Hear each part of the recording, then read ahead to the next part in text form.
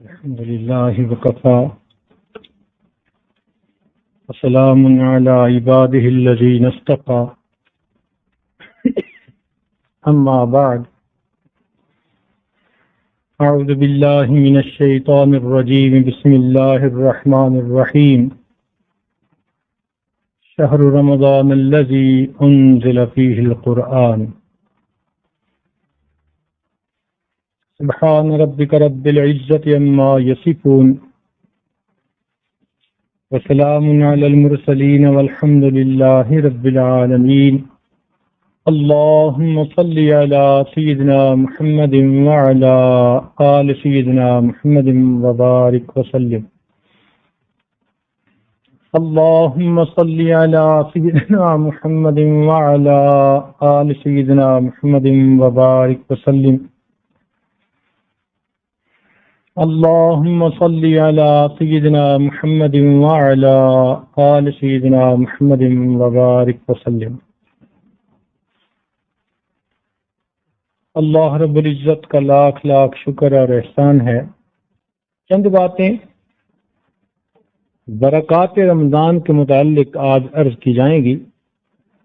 فذکر فإن الذکریٰ تنفع المؤمنین، نصیحت کیجیے، نصیحت ایمان والوں کو فائدہ دیتی ہے۔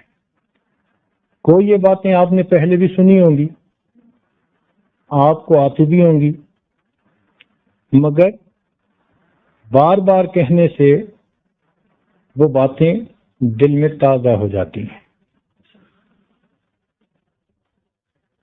بسا اوقات کوئی بات انسان کے دل میں بیج کی طرح پڑ جاتی ہے اور پھر قبولیت کا کوئی وقت ہوتا ہے جب وہ پھل پھول نکال کے انسان کو فائدہ پہنچاتی ہے۔ بعض اوقات ایک ایک مجلس زندگی کے بدلنے کا سبب بن جاتا ہے۔ آپ دیکھیں کتنا پانی ہوتا ہے ٹب میں، چھوٹی سی رنگ کی گولی اس میں ڈالی جاتی ہے جو پورے پانی کو رنگین بنا دیتی ہے۔ تو اسی طرح اللہ رب العزت کی طرف سے قبولیت کے کچھ اوقات ہوتے ہیں، ان میں انسان اگر اپنے دل کا برتن سیدھا کر کے بیٹھے تو اس میں اللہ رب العزت کی طرف سے رحمتیں اور برکتیں اتاری جاتی ہیں۔ لہذا ان مجالس میں آپ دل و دماغ کو خوب متوجہ کر کے بیٹھیں۔ اللہ تعالیٰ ارشاد فرماتے ہیں ان فی ذلک لذکریٰ لمن کان لہ قلب، ان باتوں میں نصیحت ہے ان کے لیے جن کے سینے میں دل ہو، اور جن کے سینے میں سل ہو۔ کبھی کبھی سینے میں دل ہوتا ہے اور کبھی کبھی سینے میں سل ہوتی ہے، تو فرمایا دل ہو، یعنی دل کی طلب ہو۔ او القسمہ ہمتن گوش وہ شہید حاضر باش، تو جس شخص کے اندر یہ تین خوبیاں پائی جائیں کہ حاضر باش بھی ہو، بات سننے کے لیے کان متوجہ ہوں اور دل میں طلب ہو، اللہ رب العزت ایسے بندے کو محروم نہیں فرمایا کرتے۔ رمضان مبارک کی برکات کو اگر ہم اچھی طرح سمجھنا چاہیں تو ہمیں قرآن مجید کی کچھ آیات سامنے رکھنی پڑیں گی جن میں اللہ رب العزت نے ایک واقعہ سنایا، ایک بتایا، جب کہ آدم علیہ السلام کی پیدائش ہوئی۔ ارشاد فرماتے ہیں اذ قال ربک للملائکۃ انی خالق بشرا من طین، جب کہا تیرے رب نے فرشتوں کو کہ میں بناتا ہوں ایک انسان مٹی کا، فإذا سویتہ، پھر جب میں اس کو ٹھیک ٹھاک بنا چکوں، ونفخت فیہ من روحی، اور پھونکوں اس میں ایک اپنی جان، فقعوا لہ ساجدین، تو تم اس کے سامنے سجدے میں گر جانا۔ فسجد الملائکۃ کلہم اجمعون، پس فرشتوں نے سب نے اکٹھے ہو کر آدم علیہ السلام کو سجدہ کیا، الا ابلیس، سوائے ابلیس کے۔ استکبر وکان من الکافرین، اس نے تکبر کیا اور انکار کرنے والوں میں سے ہوا۔ قال یا ابلیس، اللہ تعالیٰ نے ارشاد فرمایا کہ اے ابلیس، ما منعک ان تسجد لما خلقت بیدی، تجھے کس چیز نے روک دیا سجدہ کرنے سے جس کو میں نے اپنے دونوں ہاتھوں سے بنایا، یعنی آدم علیہ السلام کو۔ استکبرتا، تو نے تکبر کیا، ام کنت من العالین، یا تو بڑا تھا درجے میں۔ آگے سے جواب میں شیطان نے کہا، قال انا خیر من، بولا کہ میں بہتر ہوں اس سے، خلقتنی من نار وخلقتہ من طین، مجھ کو آپ نے بنایا آگ سے اور اس کو بنایا مٹی سے۔ مٹی کے اندر جھکاؤ ہوتا ہے، عاجزی ہوتی ہے، اور آگ کے اندر اونچائی ہوتی ہے، بلندی ہوتی ہے۔ تو وہ کہنے لگا کہ میں ان سے زیادہ افضل ہوں، بہتر ہوں۔ جب اس نے آگے سے یہ بات کہی اور پروردگار عالم کے حکم کی نافرمانی کی، قال فاخرج منها فإنك رجیم، تو ارشاد فرمایا تو نکل جا یہاں سے کہ تو مردود ہے۔ وَإِنَّ عَلَيْكَ لَعْنَتِي إِلَى يَوْمِ الدِّينِ، اور تجھ پر میری پھٹکار ہے قیامت کے دن تک۔ قال، آگے سے شیطان کہنے لگا، رب فانظرنی الی یوم یبعثون، اے رب مجھ کو ڈھیل دے دیجئے جس دن تک کہ مردے جی اٹھیں، یعنی قیامت کے دن تک۔ قال فانک من المنظرین، فرمایا کہ ہاں تجھ کو ڈھیل ہے، الی یوم الوقت المعلوم، اسی وقت کے دن تک جو معلوم ہے۔ جب اس کو یہ پتہ چل گیا کہ مجھے ڈھیل مل گئی، تو اب آگے سے پھر بڑھ کے مارنے لگا، کہتے ہیں فبعزتک، قسم ہے تیری عزت کی، لأغوینہم اجمعین، میں ان سب کو گمراہ کروں گا، یعنی آدم علیہ السلام اور ان کی جتنی بھی آنے والی اولاد ہے قیامت تک، کیونکہ ان کی وجہ سے میں دتکارا گیا، سجدہ نہ کیا، لہذا میں ان کو اور ان کی آنے والی اولاد جتنی بھی ہوگی ان سب کو میں گمراہ کروں گا، الا عبادک منہم المخلصین، مگر جو بندے ہیں تیرے ان میں چنے ہوئے، یعنی جو تیرے نیک بندے ہوں گے، پرہیزگار بندے ہوں گے، ان کے سوا باقی سب کو میں گمراہ کروں گا۔ قول، ارشاد فرمایا اللہ تعالیٰ نے، فالحق والحق اقول، تو ٹھیک بات یہ ہے اور میں ٹھیک ہی کہتا ہوں، میری بات ٹھیک ہوتی ہے، سچی ہوتی ہے، لَأَمْلَأَنَّ جَهَنَّمَ مِنْكَ وَمِمَّنْ تَبِعَكَ مِنْهُمْ أَجْمَعِينَ، کہ میں جہنم کو بھروں گا تجھ سے اور جو بھی تیری راہ پر چلے گا ان سب کے ذریعے، ان سب کے ساتھ۔ تو اللہ رب العزت نے ایک فیصلہ سنا دیا، یہ ایک رولنگ ہے اللہ رب العزت کی،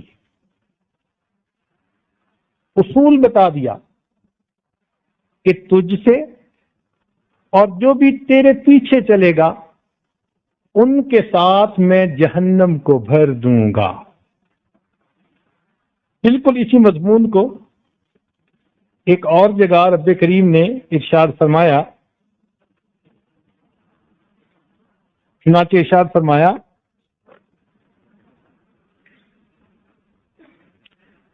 وَلَقَدْ خَلَقْنَاكُمْ، ہم نے تم کو پیدا کیا، ثُمَّ صَوَّرْنَاكُمْ، پھر تمہاری صورتیں بنائیں، ثُمَّ قُلْنَا لِلْمَلَائِكَةِ اسْجُدُوا لِآدَمَ، پھر حکم کیا فرشتوں کو کہ سجدہ کرو آدم کو، فَسَجَدُوا إِلَّا إِبْلِيسَ، بس سجدہ کیا سب نے سوائے ابلیس کے، لم یکن من الساجدین، اس نے سجدہ نہ کیا، قال ما منعك اللہ تسجد اذ امرتک، کہا فرمایا تجھ کو کیا مانے ہوا کہ تو نے سجدہ نہ کیا جب تجھے حکم دیا گیا؟ قال انا خیر منہ، بولا میں اس سے بہتر ہوں، خلقتنی من نار وخلقتہ من طین، مجھے آگ سے پیدا کیا گیا اور انہیں مٹی سے پیدا کیا۔ قال فاہبط منہا، اللہ تعالیٰ نے ارشاد فرمایا کہ تو اتر یہاں سے، یعنی اوپر سے دھتکار دیا اپنے درگاہ سے۔ فما یکون لک ان تتکبر منہا فیہا فخرج انک من الصاغرین، تو اس لائق نہیں کہ تکبر کرے یہاں پر، بس باہر نکل، تو ذلیل ہے۔ قال انذرنی الی یوم یبعثون، بولا کہ مجھے مہلت دے اس دن تک کہ لوگ قبروں سے اٹھائے جائیں۔ قال انک من المنذرین، فرمایا کہ تجھ کو مہلت دے دی گئی۔ قال، آگے سے کہنے لگا فبما اغویتنی لاقعدن لهم صراطک المستقیم، تو نے مجھے گمراہ کیا ہے، میں بھی ضرور بیٹھوں گا ان کی طاق میں تیری سیدھی راہ پر، یعنی اے پروردگار عالم جو آپ کی سیدھی راہ ہے میں اس کے اوپر طاق لگا کر بیٹھوں گا، مورچہ لگا کر بیٹھوں گا، اور جو سیدھی راستے پر چلنے والے ہوں گے ان کو میں راستے سے ہٹاؤں گا۔ ثم لآتینہم من بین ایدیہم، پھر ان پر میں آؤں گا، یعنی حملہ آور ہوں گا آگے سے، ومن خلفہم، اور پیچھے سے، وعن ایمانہم، اور دائیں طرف سے، وعن شمائلہم، اور بائیں طرف سے، ولا تجد اکثرہم شاکرین، اور آپ دیکھیں گے کہ ان میں سے بہت تھوڑے ہوں گے آپ کا شکر ادا کرنے والے۔ تو یہ شیطان نے ایک بات کہی کہ اللہ میں آپ کے بندوں کو بہکاؤں گا، بھٹکاؤں گا، اور ان میں سے تھوڑے ہوں گے آپ کے شکر گزار بندے، شکر ادا کرنے والے، وہ بہت تھوڑے ہوں گے۔ قال اخرج منها مذءوما مدحورا، اللہ تعالیٰ نے ارشاد فرمایا کہ نکل یہاں سے برے حال سے مردود ہو کر، لمن تبعک منہم لأملأن جہنم منکم اجمعین، جو کوئی ان میں سے تیری راہ پر چلے گا تو میں ضرور بھر دوں گا دوزخ کو تم سب سے۔ تو ان دونوں جگہوں کی آیات سے ایک خاص بات سامنے یہ آئی کہ شیطان نے اللہ رب العزت کے سامنے قسم اٹھا کر کہا کہ وہ اولاد آدم کو بہکائے گا اور اللہ تعالیٰ کا نافرمان بنائے گا، اور رب کریم نے ارشاد فرمایا کہ جو تیرے راستے پر چلے گا میں تجھ سے اور ان سب تیرے راستے پر چلنے والوں سے جہنم کو بھر دوں گا۔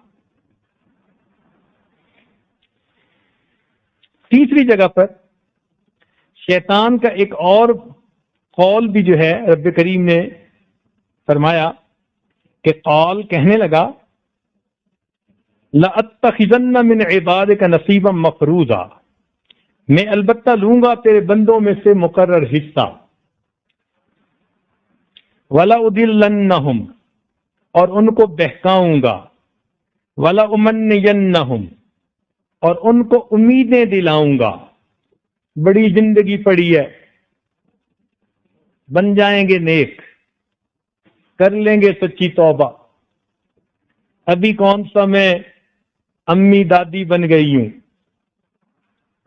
بڑی زندگی پڑی ہے، امیدیں دلاؤں گا، بڑھاپے میں ہوں گے اور اس وقت بھی دل میں امیدیں ہوں گی۔ ایک 85 سال کے بوڑھے کو دیکھا جو نماز نہیں پڑھتا تھا، تو اس کے پوتے نے مجھے کہا کہ جی آپ ان کو فرمائیں کہ یہ نماز پڑھا کریں، تو اس عاجز نے ان سے کہا طریقے سے کہ جی آپ نماز پڑھا کریں، تو انہوں نے اپنے گھٹنے کو ہاتھ لگا کر کہا کہ چند دنوں سے یہاں درد ہے، بس میری درد ٹھیک ہو جائے پھر میں نماز شروع کر دوں گا۔ 85 سال کی عمر میں بھی اس کے دل میں یہ امید ہے کہ ابھی میں جوان ہو جاؤں گا، یہ میری جوڑ کی درد ختم ہو جائے پھر میں نماز پڑھوں گا. یہ ہوتے امیدیں دلانا کہ ابھی بہت وقت ہے تیرا پڑا ہوا. چنانچہ آگے فرمایا والا آمرنہم، اور ان کو سکھلاؤں گا، فَلَيُبَتِّكُنَّ آذَانَ الْأَنْعَامِ، کہ چیریں جانوروں کے کان، یعنی ان کے چڑھاوے چڑھائیں. وَلَا آمُرَنَّهُمْ، اور ان کو سکھلاؤں گا، فَلَيُغَيِّرُنَّ خَلْقَ اللَّهِ، کہ بدلیں اللہ تعالیٰ کی بنائی ہوئی صورتیں. یعنی اللہ تعالیٰ نے انسانوں کو جس شکل پر پیدا کیا ان صورتوں کو یہ بدلیں. آپ اچھی طرح سمجھتے ہی ہیں کہ اللہ تعالیٰ نے انسان کو فطرت کے مطابق اس صورت پر پیدا کیا. اب کتنے ایسے ہیں صاف ستھرے بالکل،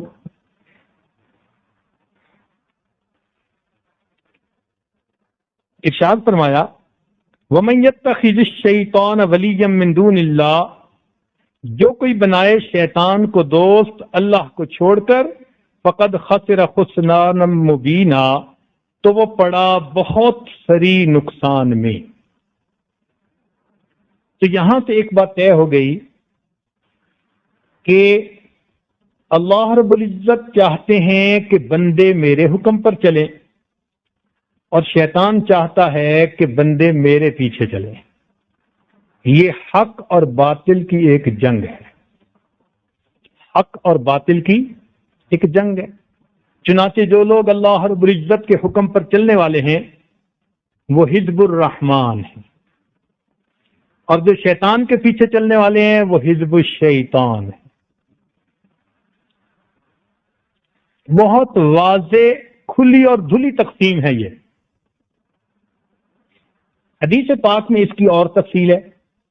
جب شیطان کو پوری طرح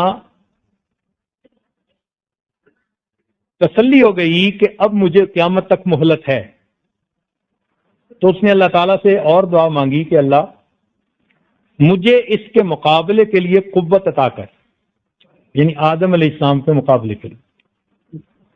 اللہ تعالیٰ نے فرمایا کہ ہاں تجھے یہ طاقت دی جائے گی کہ تو اس کے جسم میں خون کی طرح دوڑ سکے گا. اے اللہ مجھے اور بھی چاہیے.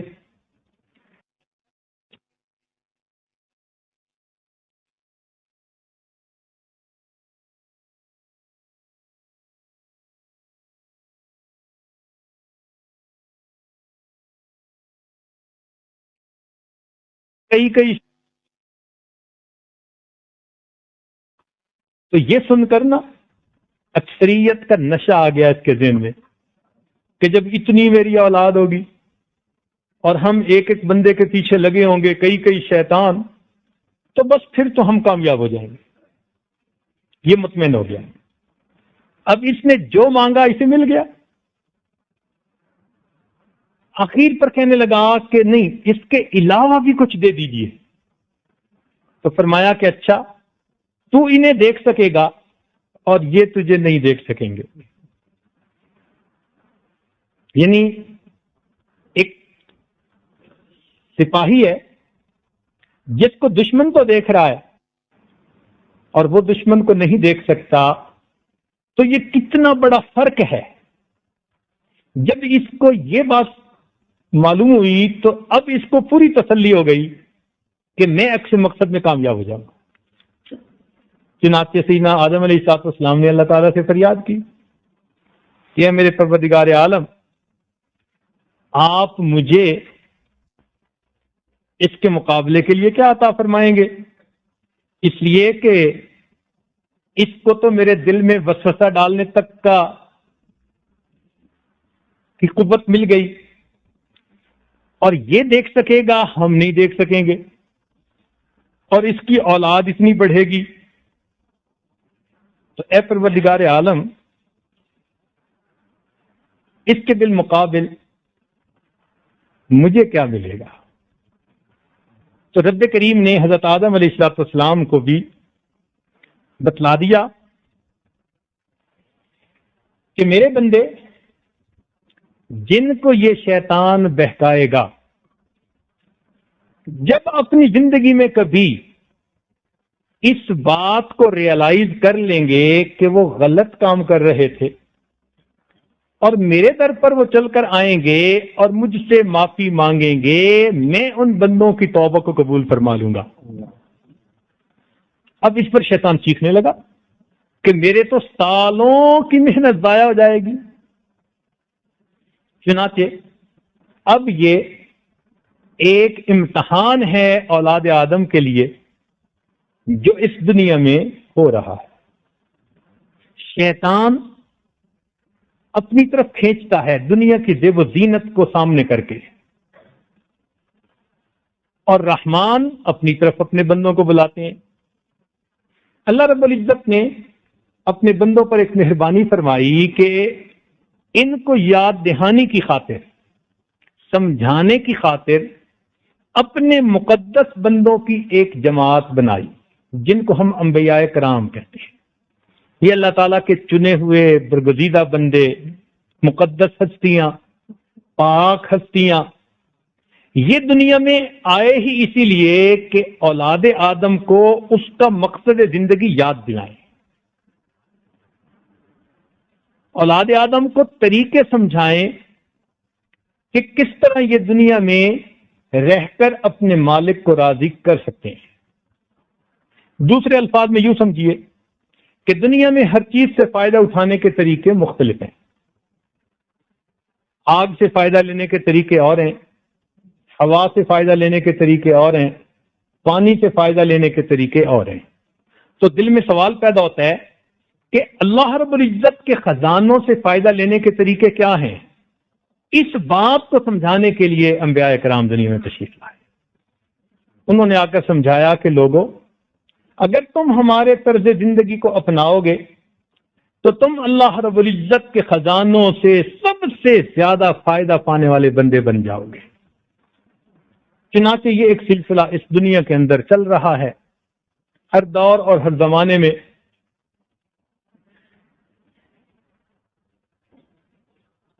انبیاء کرام اور ان کے متبعین نے خیر کی طرف لوگوں کو بلایا، شیطان اور اس کے پیچھے چلنے والوں نے شر کی طرف لوگوں کو بلایا۔ پہلے زمانے میں عمریں بہت لمبی ہوتی تھی، جیسے سیدنا نوح علیہ السلام کی عمر 1000 سال سے بھی زیادہ، سینکڑوں سال عمریں ہوتی تھیں، اور وہ کئی 100 سال عبادت کے گزار دیتے تھے۔ حدیث پاک میں آتے ہیں کہ ایک مرتبہ نبی علیہ السلام نے صحابہ کرام کے سامنے اس بات کا تذکرہ کیا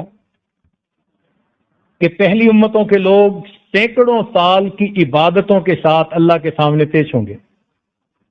تو صحابہ کرام کے چہروں پر اداسی اور غمگینی چھا گئی۔ پوچھا کہ کیا بات ہے؟ اللہ کے نبی، ہماری تو عمریں ہی 100 سال سے کم، تو ہم تو ان امتوں کے مقابلے میں کچھ بھی نیکی اللہ کے حضور نہیں پیش کر سکتے۔ تو اللہ رب العزت نے اپنے محبوب کے ان صحابہ کے اس غم کو دیکھ کر اپنے محبوب کو بشارت دی اور ان کو فرمایا کہ میں تمہیں ایک ایسی رات عطا کروں گا جس رات کی عبادت 1000 مہینوں کی عبادت سے بھی زیادہ افضل ہوگی۔ اب وہ ایک رات اگر 1000 مہینے لیا جائیں تو 80 سال سے زیادہ۔ ویسے مفسرین نے لکھا کہ عربوں میں دستور تھا کہ بات کرتے ہوئے جب بڑی کوئی اونچی بات کرنی ہوتی تھی نا تو کہتے تھے 1000 سال۔ تو 1000 کا عدد ان کے نزدیک بہت بڑا عدد تھا، جیسے آج لاکھ کی بات کرتے ہیں، لاکھ لاکھ شکر۔ تو اس زمانے میں وہ 1000 کا لفظ استعمال کیا کرتے تھے۔ تو انہی کے سمجھانے کی خاطر رب کریم نے وہی لفظ استعمال فرمایا، مگر مقصود اس سے یہ ہے کہ بہت زیادہ اجر عطا کیا جائے گا۔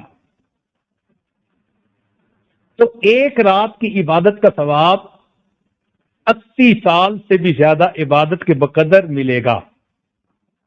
تو اس پر صحابہ کرام کے دلوں میں بہت خوشی آئی۔ اللہ رب العزت نے اپنے محبوب کی امت کو کچھ خصوصیتیں عطا فرمائی، یا یوں سمجھیے کہ ان پر مہربانیاں فرمائی۔ ایک تو یہ فرمایا کہ من جاء بالحسنۃ فلہ عشر امثالھا، جو ہمارے پاس ایک نیکی لے کر آئے گا ہم اس کو 10 کے برابر اجر عطا فرمائیں گے۔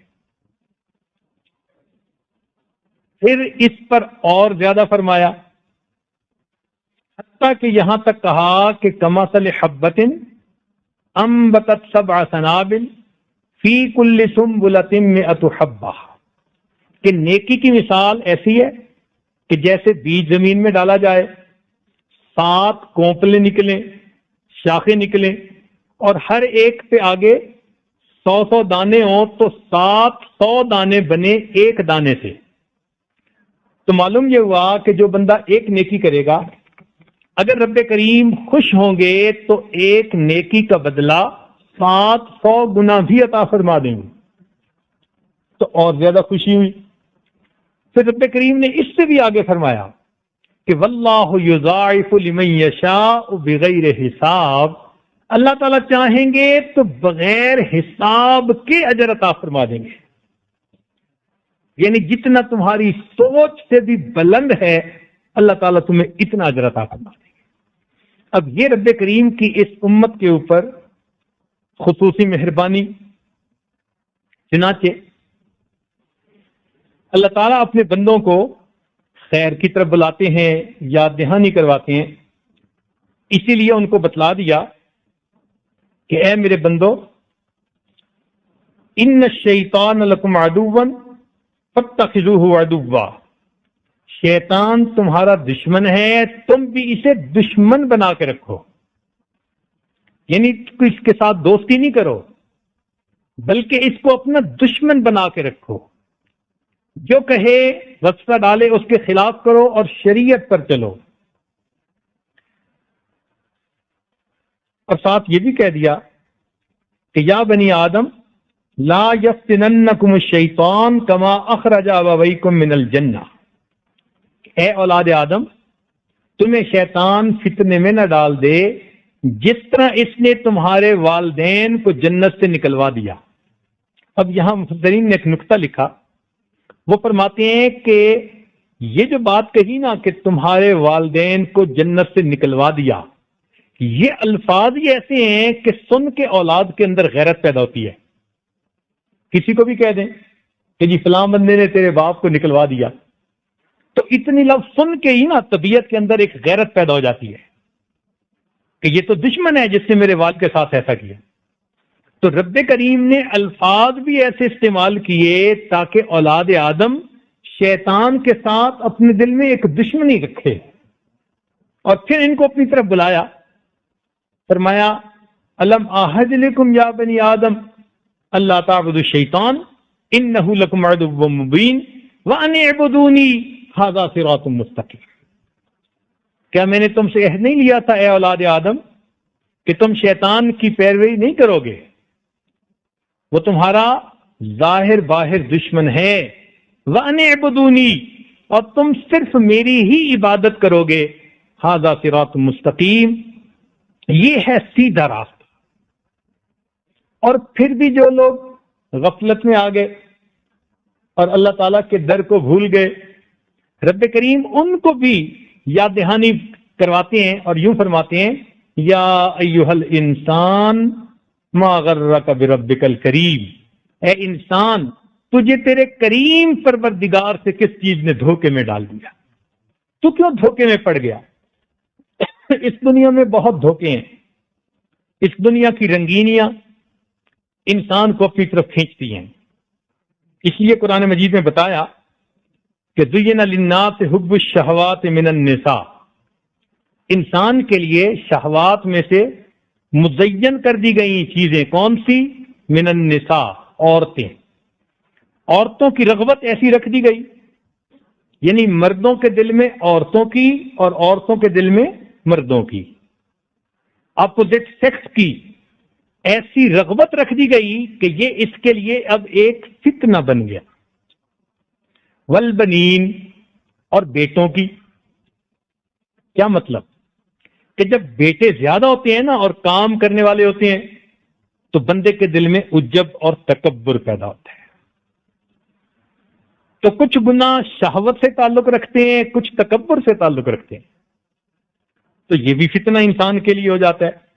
والقناطیر المقنطرۃ من الذهب والفضہ، سونے چاندی کے ڈھیر، آج کے دور میں جس کو بینک بیلنس کہتے ہیں، یہ بینک بیلنس کا بھی ایک نشہ ہوتا ہے۔ انسان جب روز سٹیٹمنٹ دیکھتے ہیں نا تو پھر خوش ہوتا ہے، پھر اس کی آواز میں بھی پیسے کی جھنکار شامل ہو جاتی ہے۔ یہ بھی بہت مصیبت ہے۔ اس کے ساتھ نیکی پر جمے رہنا یہ اللہ رب العزت کا خصوصی احسان ہوتا ہے۔ والخیل المسومہ، اور سواریاں نام والی، نشان لگی ہوئی، آج کے زمانے میں گاڑیاں، ان کے پاس کرولا ہے، ان کے پاس ہونڈا ہے، میرے پاس فلاں ماڈل ہونا چاہیے۔ یہ ماڈل کا لفظ جو ہے نا، اس نے آج عقلوں کو گھما کے رکھ دیا۔ گاڑیوں کا بھی ماڈل چاہیے، اور ویسے بھی ماڈل کے پیچھے بھاگتے پھرتے ہیں۔ والانعام والحرث، اور جانور اور کھیتیاں، تو یہ 6 چیزیں ایسی ہیں کہ جن کی طرف بندے کی کوئی نہ کوئی ایسی اٹریکشن ہوتی ہے کہ یہ چیزیں اللہ تعالیٰ کے راستے میں بسا اوقات رکاوٹ بن جاتی ہے۔ تو ان کو کھول کر بتا دیا کہ میرے بندو، تم نے ان کے پیچھے نہیں پڑنا، بلکہ اپنے رب کو راضی رکھنے کے لیے ہر ممکن کوشش کرنی ہے۔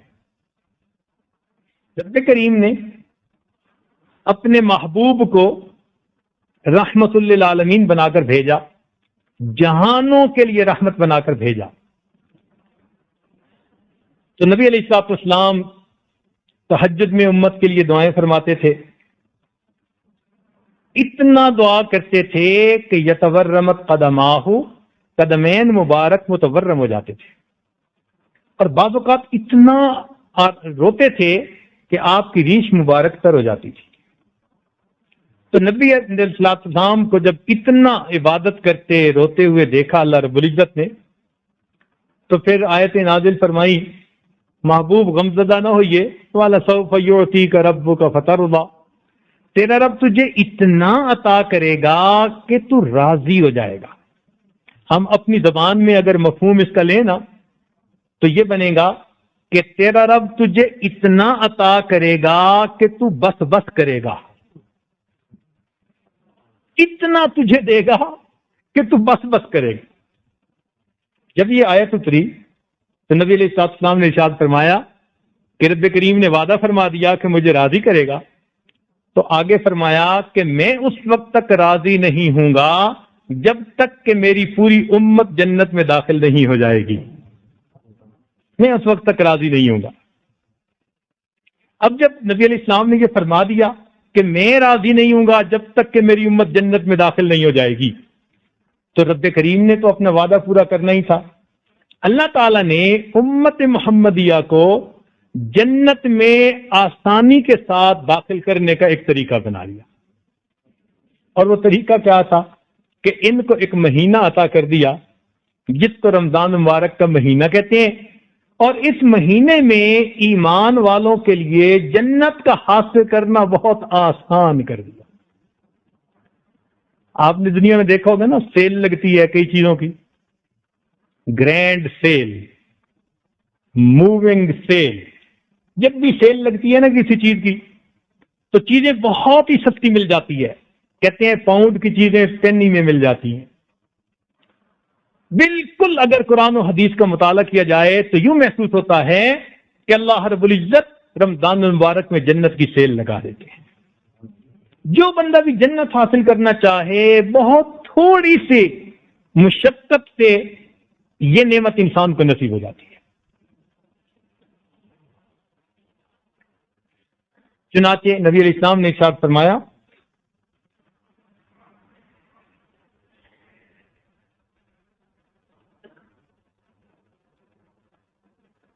کہ لوگوں تم جہنم کی طرف بھاگے ہوئے جا رہے ہو اور میں تمہیں کمر سے پکڑ پکڑ کے پیچھے کھینچ رہا ہوں۔ تو اللہ تعالیٰ کے محبوب ہمیں جنت کی طرف بلاتے ہیں، خود اللہ رب العزت بھی جنت کی دعوت دیتے ہیں۔ فرمایا واللہ یدعو الی دار السلام، اللہ تعالیٰ تمہیں سلامتی والے گھر کی طرف بلاتا ہے، دعوت دیتا ہے۔ اب اللہ تعالیٰ بھی بلا رہے ہیں، اللہ تعالیٰ کے محبوب بھی ادھر کھینچ رہے ہیں، تو اب ہمارے لیے ہمت کرنے کی بات ہے۔ راستے آسان ہیں، دروازے کھلے ہوئے ہیں۔ اللہ تعالیٰ چاہتے ہیں کہ میرے بندے جنت میں جائیں، اسی لیے یہ ایک مہینہ برکتوں کا مہینہ ہے۔ علماء نے لکھا ہے کہ یوسف علیہ السلام کے 11 بھائی تھے، احد عشرہ کوکبا، اور 12ویں یوسف علیہ السلام تھے۔ اللہ تعالیٰ نے یوسف علیہ السلام کے ذریعے سے ان کے 11 بھائیوں کی خطاؤں کی بخشش فرما دی تھی۔ بالکل اسی طرح سال کے 12 مہینے ہیں، جن میں سے رمضان شریف کی مثال حضرت یوسف علیہ السلام کی مانند ہے۔ اس ایک مہینے کی عبادت پر اللہ 11 مہینوں کے گناہوں کو معاف فرما دیتے ہیں۔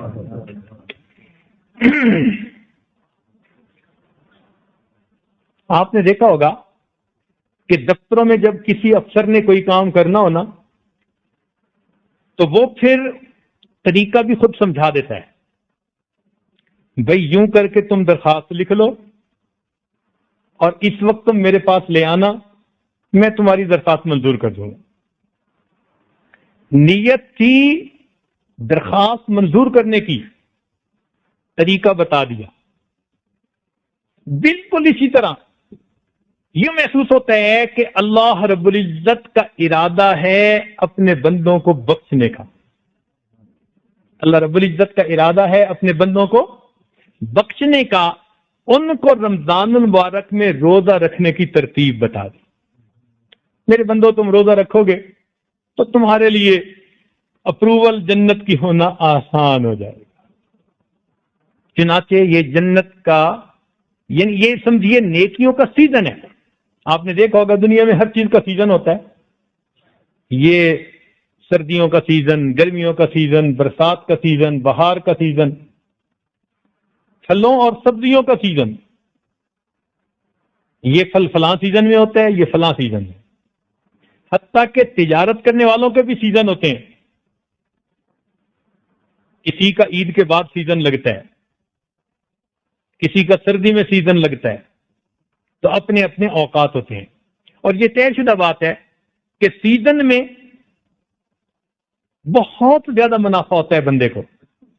حتیٰ کہ کچھ لوگ تو سیزن کمانے کے بعد پورا سال موج مزے کی زندگی گزارتے ہیں۔ بالکل اسی طرح یہ رمضان المبارک مومن کے لیے نیکیوں کا سیزن ہے۔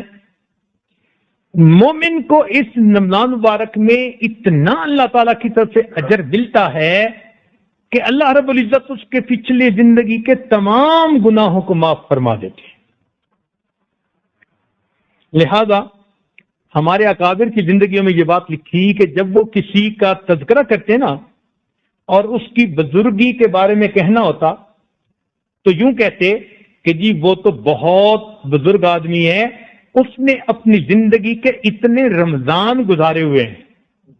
رمضان مبارک کو معیار بنا کر پیش کرتے تھے کہ جی فلاں کے کیا کہنے، اس نے تو زندگی کے اتنے رمضان گزارے ہیں، اس نے تو بہت درجے پا لیے ہیں۔ یعنی رمضان المبارک اللہ تعالیٰ کے ہاں قبولیت اور قرب کا معیار سمجھا جاتا تھا ان کے نزدیک۔ یہ ایسا مہینہ ہے۔ چنانچہ حدیث پاک میں آتا ہے، حضرت سلمان رضی اللہ تعالیٰ نے اس کے راوی ہیں، کہتے ہیں کہ قال خطبنا رسول اللہ صلی اللہ علیہ وسلم فی آخر یوم من شعبان، کہ رسول اللہ صلی اللہ علیہ وسلم نے شعبان کے آخری دن ہمیں خطبہ دیا۔ فقال، اور فرمایا، یا ایھا الناس، اے انسانوں، قد اظلکم شہر عظیم مبارک، تمہارے اوپر ایک مہینہ آ رہا ہے عظیم بہت بڑا، مبارک بڑی برکتوں والا۔ ایک بات یاد رکھیں کہ جب بڑے کسی چیز کو بڑا کہیں نا تو واقعی وہ بہت بڑی چیز ہوتی ہے۔ اللہ رب العزت کے محبوب فرما رہے ہیں شہر عظیم، بہت عظیم مہینہ، مبارکن برکت والا مہینہ۔ اور پھر آگے اسی حدیث میں فرمایا وہ شہر الصبر، اور وہ صبر کا مہینہ ہے، والصبر ثوابہ الجنہ، اور صبر کا اجر اور بدلہ تو جنت ہوا کرتی ہے۔ وشہر المواسات، اور وہ ہمدردی اور غمخواری کا مہینہ ہے، دوسروں کے ساتھ ہمدردی کرنا، غمخواری کرنا۔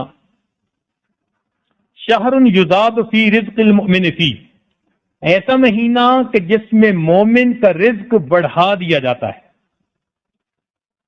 پھر فرمایا کہ ایسا مہینہ ہے شہر اولہ رحمت، اس کے پہلے 10 دن رحمت کے، وَأَوْسَطُهُ مَغْفِرَةٌ، درمیان کے 10 دن مغفرت کے، وَآخِرَهُ عِتْقٌ مِّنَ النَّارِ، اور آخر کے 10 دن آگ سے آزادی کے ہیں۔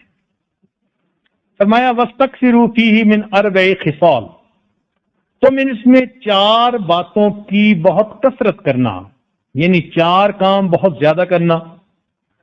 اب ذرا بالخصوص اعتکاف میں بیٹھنے والے یا جتنے بھی احباب ہیں وہ ان باتوں کو توجہ سے سن لیں کہ اللہ تعالیٰ کے محبوب فرماتے ہیں کہ 4 کام رمضان مبارک میں تم نے زیادہ کرنے ہیں۔ فشہادت اللہ الہ الا اللہ، کہ تم نے ایک تو لا الہ الا اللہ اس کی شہادت دینی ہے، یعنی بہت پڑھنا ہے اس کو۔ لہذا اس مہینے میں لا الہ الا اللہ کا ذکر بہت کثرت سے کرنا چاہیے۔ کثرت سے مراد یہ کہ کم از کم 1000 مرتبہ تو دن میں کریں ہی صحیح، یہ کم سے کم رتبہ ہے۔ ورنہ جو ذکر کرنے والے حضرات ہیں ان کے لیے تو 5000 7000 10,000 مرتبہ بھی کرنا کوئی مشکل نہیں ہوتا، بلکہ ایسے لوگ زندہ ہیں کہ جو رمضان مبارک کے ایک دن میں 40,000 مرتبہ لا الہ الا اللہ کا ذکر کرتے ہیں، ایک دن میں 40,000 مرتبہ ذکر کرتے ہیں۔ تستغفرونہ، دوسری خصلت یہ کہ تم اللہ تعالیٰ کے سامنے خوب استغفار کرنا، تو استغفار کی بھی کثرت کریں۔ مثلا پہلے 200 مرتبہ استغفار پڑھتے تھے تو اب اس کو زیادہ پڑھنے کی کوشش کریں، کم سے کم مرتبہ ہر نماز کے بعد 100 مرتبہ پڑھیں تو پورے دن میں 500 مرتبہ استغفار ہو ہی جائے گا۔ اس سے بھی زیادہ کریں تو اور بہتر، چونکہ اللہ رب العزت کے محبوب نے فرمایا کہ ان کی کثرت کرو۔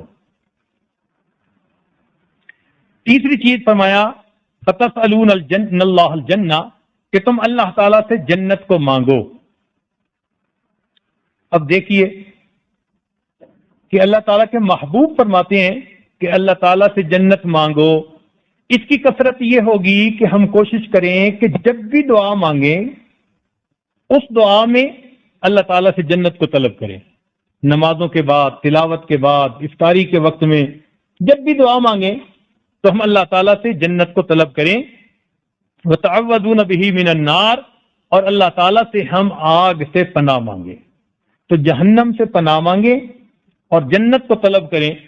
یہ 4 کام، لا الہ الا اللہ کو کثرت سے پڑھنا، استغفار کثرت سے پڑھنا، اور جنت طلب کرنا، اور استغفار پڑھنا، اور جہنم سے پناہ مانگنا۔ اور اللہ تعالیٰ کے محبوب نے یہ بھی بتلا دیا کہ جو اس مہینے میں کسی روزہ دار کو پلائے گا سقاہ اللہ من حوضی شربتن، اللہ تعالیٰ قیامت کے دن میرے حوض یعنی حوض کوثر سے ان کو شربت پلائیں گے، لا یظمأ حتی یدخل الجنہ، اس کے بعد اس کو پیاس نہیں لگے گی حتیٰ کہ وہ جنت میں داخل ہو جائے گا۔ اب یہ کتنا آسان کام ہے، تو اللہ رب العزت ہمیں اس کی بھی توفیق عطا فرمائے۔ پھر ایک بات اور بتائی گئی حدیث پاک میں کہ اس مہینے کے شروع میں ہی اللہ تعالیٰ جنت کے دروازوں کو کھول دیتے ہیں، اور ایک روایت میں آتا ہے کہ رمضان المبارک کی ہر رات میں جنت کو خوشبوؤں کی دھونی دینی ہوتی ہے. بھئی دیکھیں ہمارے گھر میں جب مہمانوں نے آنا ہوتا ہے نا تو گھر والے پہلے سے ہی گھر کی صفائی کر کے کمروں کو تیار کر کے منتظر ہوتے ہیں کہ مہمانوں نے آنا ہے. بالکل اسی طرح امت محمدیہ کے گنہگاروں کے لیے اللہ رب العزت اس رمضان المبارک کی ہر رات میں جہنم کو خوشبوؤں کی دھونی دے کے تیار کرتے ہیں. اس کو سجایا جاتا ہے کہ میرے بندے آئیں گے، چنانچہ ان کی الاٹمنٹ ہوتی چلی جاتی ہے رمضان مبارک کے. اور حدیث پاک میں آتا ہے کہ اس رمضان مبارک کی ہر رات میں اللہ رب العزت 3 مرتبہ فرماتے ہیں حل من سائل فاعطی له، ہے کوئی سوال کرنے والا کہ جس کو میں عطا کروں. اب اللہ تعالیٰ 3 مرتبہ فرمائیں ہے کوئی عطا کرنے والا جس کو عطا کیا جائے، تو ہمیں چاہیے کہ ہم اللہ تعالیٰ سے خوب دعائیں مانگیں تاکہ ہمیں بھی اللہ رب العزت کی رحمتیں نصیب ہو جائیں. لیکن ایک چیز بہت خاص ہے، یہ روزے تو پہلی امتوں میں بھی تھے، صرف اس امت کو نہیں ملے، پہلی امتوں کو بھی ملے. اس لیے تو ارشاد فرمایا کتب علیکم الصیام کما کتب علی الذین من قبلکم، کہ یہ روزے تم پر فرض کیے گئے جیسے تم سے پہلی امتوں پر فرض کیے گئے. مگر اس امت کو روزے کی کامل شکل نصیب ہو گئی، روزے کی کامل شکل نصیب ہو گئی، اور اس میں بھی اللہ رب العزت کی خاص نعمتیں اس امت کو ملی. تو نبی اسلام نے ارشاد فرمایا کہ اللہ تعالیٰ نے میری امت کو رمضان المبارک میں 5 خاص نعمتیں دی جو پہلی امتوں کو نہیں ملی. عن ابی ہریرہ رضی اللہ تعالیٰ عنہ قال قال رسول اللہ صلی اللہ علیہ وسلم اعطیت امتی 5 خصال فی رمضان، میری امت کو رمضان میں 5 ایسی باتیں، نعمتیں، چیزیں ملی ہیں لم تعطہن امت قبلہم، کہ پہلی امتوں کو وہ نعمتیں نہیں ملی. پہلی نعمت کیا؟ خلوف فم الصائم اطیب عند اللہ من ریح المسک، کہ روزہ دار بندے کے منہ سے جو مہک آتی ہے بھوکا رہنے کی وجہ سے، وہ اللہ رب العزت کے نزدیک مشک کی خوشبو سے بھی زیادہ پسندیدہ ہوتی ہے. اب دیکھیے کہاں بندہ گنہگار اور کہاں وہ مالک مختار. اب اس بندے نے کچھ دیر کے لیے بھوکا پیاسا رہنا، روزہ رکھنا ہے، اس عمل پر رب کریم اتنا خوش ہوتے ہیں کہ فرماتے ہیں کہ اس کے منہ سے جو بھوکا رہنے کی وجہ سے مہک ہوگی وہ ہمارے نزدیک مشک کی خوشبو سے بھی زیادہ بہتر ہوگی. اور دوسری بات وَتَسْتَغْفِرْ لَهُمُ الْحِيطَانُ حَتَّى يُفْطِرُوا، اور مچھلیاں بھی ان کے لیے استغفار کرتی ہیں حتیٰ کہ وہ روزہ افطار کر لیں. ایک حدیث پاک میں ملائکہ کا لفظ بھی آیا ہے کہ ملائکہ ان کے لیے استغفار کرتے ہیں، اور محدثین نے دونوں کو جمع کر لیا.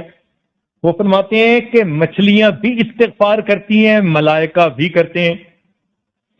تو طالب علم کے ذہن میں ایک سوال پیدا ہوتا ہے کہ مچھلیوں کا نام کیوں لیا؟ تو محدثین نے لکھا کہ دیکھیں مچھلی پانی کی مخلوق ہے، تو اللہ رب العزت نے مومن کو یہ بتایا کہ تمہارے لیے فقط خشکی کی مخلوق ہی استغفار نہیں کرتی، تری کی مخلوق بھی استغفار کر رہی ہے، یعنی بحر اور بر کی ہر چیز تمہارے لیے استغفار کر رہی ہے. اور یہی نہیں کہ فرش کے لوگ، دنیا کے لوگ تمہارے لیے کر رہے ہیں، دنیا کی مخلوق نہیں بلکہ عرش کے اوپر آسمانوں پہ رہنے والے فرشتے بھی تمہارے لیے استغفار کر رہے ہیں. اب دیکھیے یہ کتنی عظیم نعمت ہے کہ روزہ رکھنے پر اللہ تعالیٰ کی یہ مخلوق بھی اللہ تعالیٰ کے حضور سفارش کر رہی ہے. استغفار کا یہی مطلب ہے نا کہ اے میرے مالک اس کی خطاؤں کو معاف فرما دیجیے. تیسری چیز وَيُزَيِّنُ اللَّهُ عَزَّ وَجَلَّ كُلَّ يَوْمٍ جَنَّتَهُ، اور اللہ تعالیٰ ہر دن جنت کو ان کے لیے مزین کرتے ہیں. ثم یقول، پھر یوں فرماتے ہیں، یوشک عبادی الصالحون، ان قریب ہے کہ میرے نیک بندے اپنے اوپر سے دنیا کی مشقتوں کو پھینک دیں، وَيَسِيرُ إِلَيْكَ، اور تجھ میں آ جائیں. یعنی اللہ تعالیٰ جنت کو سجانے کے بعد یہ فرماتے ہیں کہ قریب ہے میرے بندے دنیا کی مشقتوں کو پھینک دیں، یعنی ان کی موت کا وقت آ جائے اور وہ تیرے اندر آ جائیں. مطلب یہ کہ جنت کو اللہ تعالیٰ اپنے ان مومنوں کے لیے گویا سجاتے ہیں. اور پھر چوتھی چیز فرمایا کہ وَتُصْفَدُ فِيهِ مَرَدَةُ الشَّيَاطِينِ، اور اس مہینے میں جو سرکش شیاطین تھے ان کو باندھ دیا جاتا ہے. سرکش شیاطین کو باندھ دیا جاتا ہے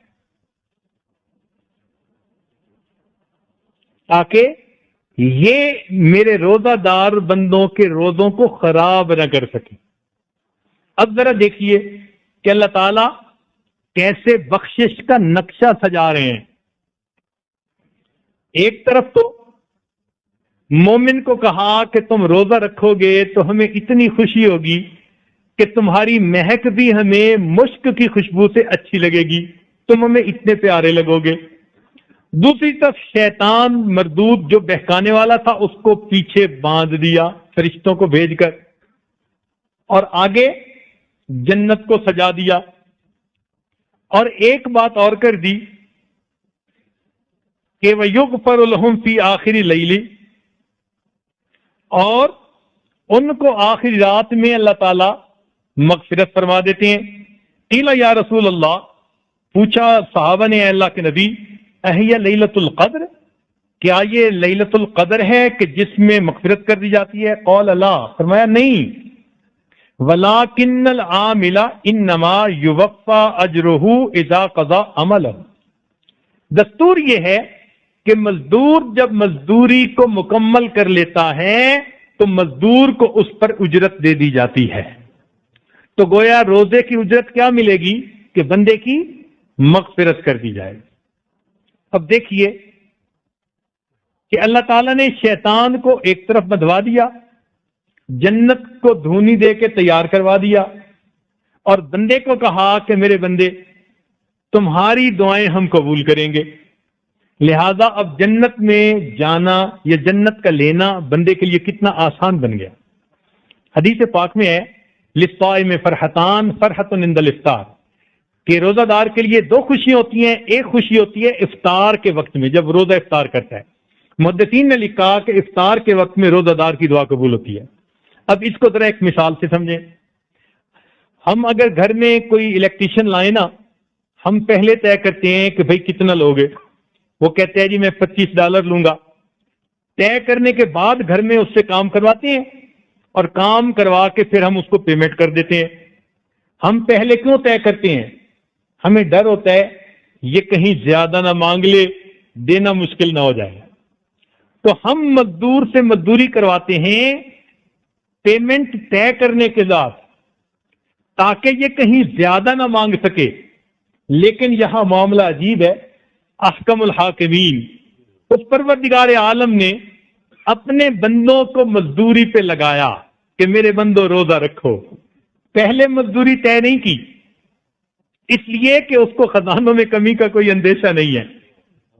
اتنا کہہ دیا کہ میرے بندوں تم تو پہلے طے کر کے مزدور سے مزدوری کرواتے ہو، لیکن میں تمہیں یہ روزہ رکھنے کا جو حکم دے رہا ہوں، اب اس روزہ کے مکمل ہونے کے وقت میں تم جو دعا مانگو گے میں قبول کروں گا. کیا مطلب؟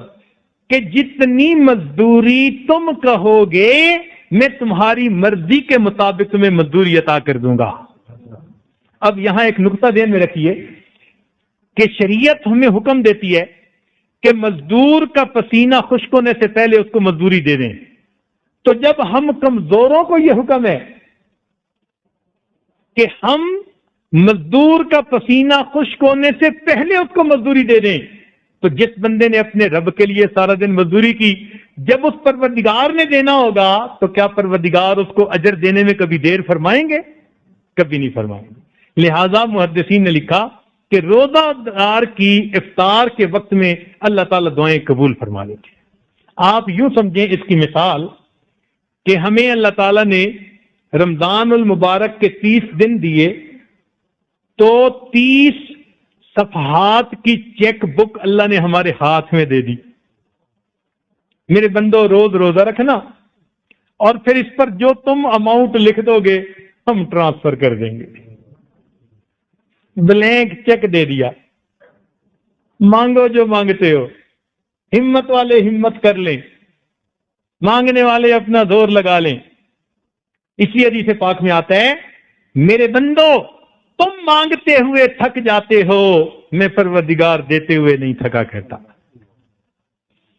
تم مانگتے ہوئے تھک جاتے ہو، میں پروردگار دیتے ہوئے نہیں تھکتا۔ اب دیکھیے، اچھا اگر کسی بندے کو بلینک چیک مل جائے اور وہ روز ہی خالی چیک کو داخل کروا دے تو اس کو کون عقل مند کہے گا؟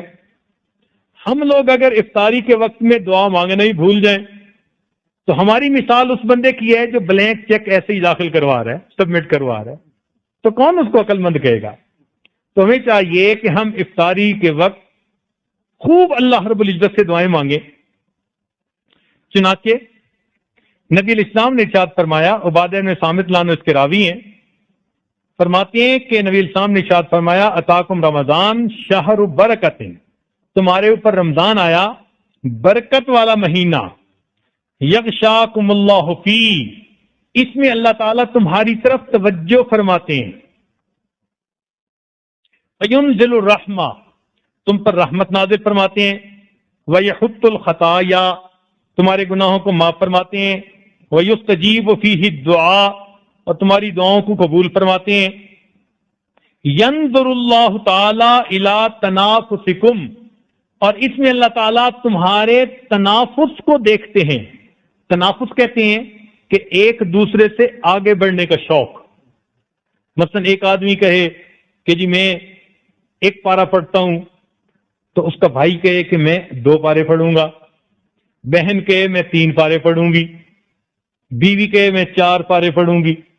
خیر کی نیت کے ساتھ اللہ کی رضا کے لیے آگے بڑھنا، اس کو تنافس کہتے ہیں۔ تو نبی علیہ السلام فرماتے ہیں کہ اللہ تعالیٰ تمہارے تنافس کو اس میں دیکھتے ہیں، وَيُبَاهِي بِكُم مَلَائِكَتَهُ، اور اس پر اپنے ملائکہ کے سامنے خوش ہوتے ہیں۔ ملائکہ کے سامنے خوش ہوتے ہیں۔ کیوں خوش ہوتے ہیں؟ اب ذرا یاد کیجئے، شیطان نے چونکہ قسم کھا کر کہا تھا نا، اے اللہ میں آپ کے بندوں کو بہکاؤں گا، ورغلاؤں گا اور نافرمان بناؤں گا، تو اللہ تعالیٰ نے اپنے محبوب کی امت کو بخشنے کے لیے ایک ترتیب بنا دی۔ اب اس ترتیب میں جو زیادہ کوشش کر رہا ہے تو اللہ تعالیٰ کو خوشی ہوتی ہے کہ میرا یہ بندہ اب شیطان سے جان چھڑا کر میرے بندوں میں شامل ہو رہا ہے اور میں ان کو جنت جو ہے وہ عطا فرما رہا۔ تو اللہ تعالیٰ فرشتوں کے سامنے خوش ہوتے ہیں کہ دیکھا میرا بندہ کیسے کوشش کر رہا ہے۔ اب اس تنافس میں ہمیں چاہیے کہ ہم خوب عبادت کریں۔ حدیث پاک میں آتا ہے، عائشہ صدیقہ رضی اللہ عنہا راوی ہیں، فرماتی ہیں کہ رمضان المبارک میں نبی علیہ السلام میں ہم 3 باتوں میں اضافہ محسوس کرتے تھے۔ ایک بات کہ نبی علیہ السلام عبادت میں بہت زیادہ مجاہدہ کیا کرتے تھے رمضان المبارک میں آنے پر۔ دوسری بات، نبی علیہ السلام اللہ تعالیٰ کے راستے میں بہت زیادہ پیسہ خرچ کیا کرتے تھے، حتیٰ کہ ہوا تیزی کے ساتھ جیسے چلتی ہے اس کی مانند پیسہ خرچ کرتے تھے۔ اور تیسرا فرمایا کہ دعاؤں کے اندر بہت زیادہ عاجزی فرمایا کرتے تھے۔ تو ہم بھی تینوں کام کریں بھائی نبی علیہ السلام کی اتباع میں۔ پہلی بات، عبادت میں شوق و ذوق کے ساتھ لگ جائیں۔ دوسری بات، جو اللہ نے دیا ہے اللہ کے راستے میں خوب خرچ کریں، اس لیے کہ جو اللہ کے راستے میں خرچ کرتا ہے، نبی علیہ السلام نے قسم کھا کر فرمایا کہ اللہ کے راستے میں خرچ کرنے والے بندے کے مال میں اللہ کمی نہیں ہونے دیتے، زیادہ بڑھا دیتے ہیں۔ اور تیسرا کہ دعاؤں کے اندر عاجزی فرمانا، لہذا ہمیں چاہیے کہ ہم تہجد میں گھر کے کونے میں، مسجد کے کسی کونے میں، ایسے وقت میں اللہ کے سامنے دعا مانگیں اور خوب عاجزی اور زاری کے ساتھ دعا مانگیں۔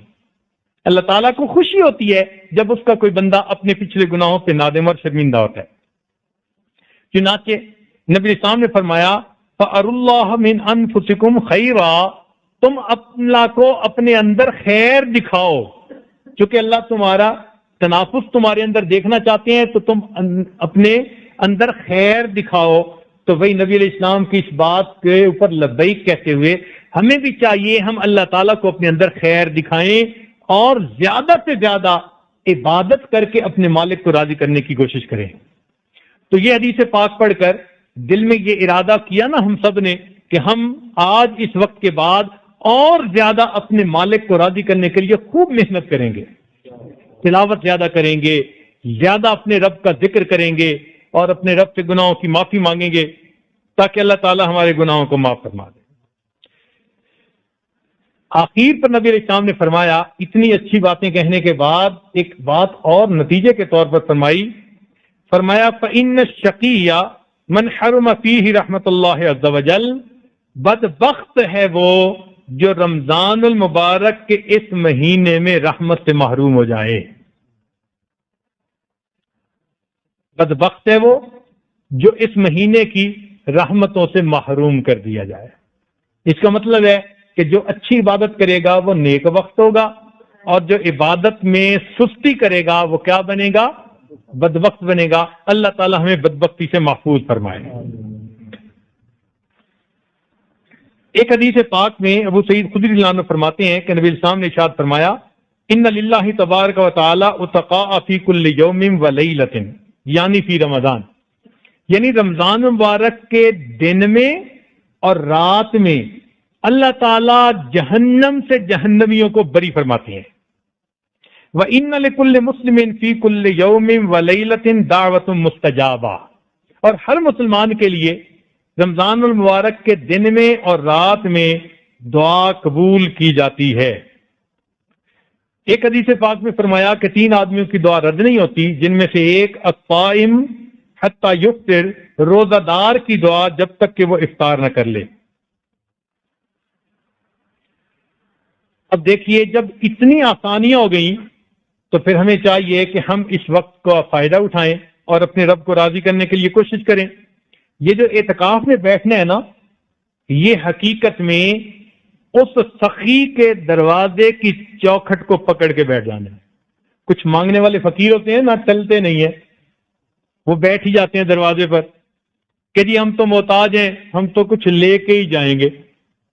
معتکف لوگوں کی بالکل یہی مثال کہ یہ وہ محتاج بندے ہیں، یہ وہ اللہ تعالیٰ کے عاجز بندے ہیں کہ جو اس نتیجے پر پہنچ گئے کہ مالک ہمارا آپ کی رحمتوں کے بغیر گزارا نہیں، ہم اب تک وہ عبادتیں نہیں کر سکے جو کرنی چاہیے تھی، لہذا اب ہم آپ کے گھر میں آ کر آپ کے دروازے کی چوکھٹ کو پکڑ کے بیٹھ گئے۔ میرے مولا آپ دینے والے ہیں، اپنا در کھول کے ہماری جھولیوں کو بھر دیجیے۔ تو اعتکاف والے لوگ اللہ تعالیٰ کی چوکھٹ، در کی چوکھٹ پر بیٹھنے والے لوگ ہوتے ہیں۔ اس لیے نبی علیہ الصلوۃ والسلام نے دعا مانگی ربنا آتنا فی الدنیا حسنہ وفی الآخرۃ حسنہ وقنا عذاب النار، کہ اے پروردگار ہمیں دنیا میں بھی حسنہ عطا فرما اور آخرت میں بھی، اور ہمیں آگ کے عذاب سے خلاصی عطا فرما۔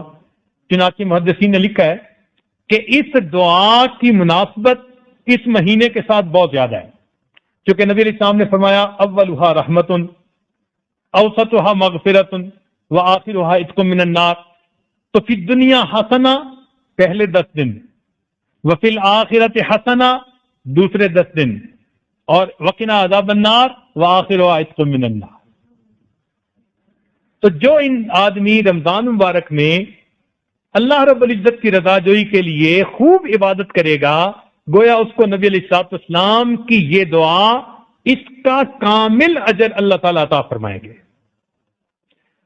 اعتکاف میں جو حضرات بیٹھے ہیں ان کے پاس وہ اب خوب وقت ہے، یہ اپنے وقت کی قدر کریں، خوب اللہ تعالیٰ کی یاد میں بیٹھیں، جی ڈھونڈتا ہے پھر وہی فرصت کے رات دن، بیٹھے رہیں تصور جانا کیے ہوئے۔ بس آپ بھی دن رات اپنے رب کی یاد میں گزار دیجئے۔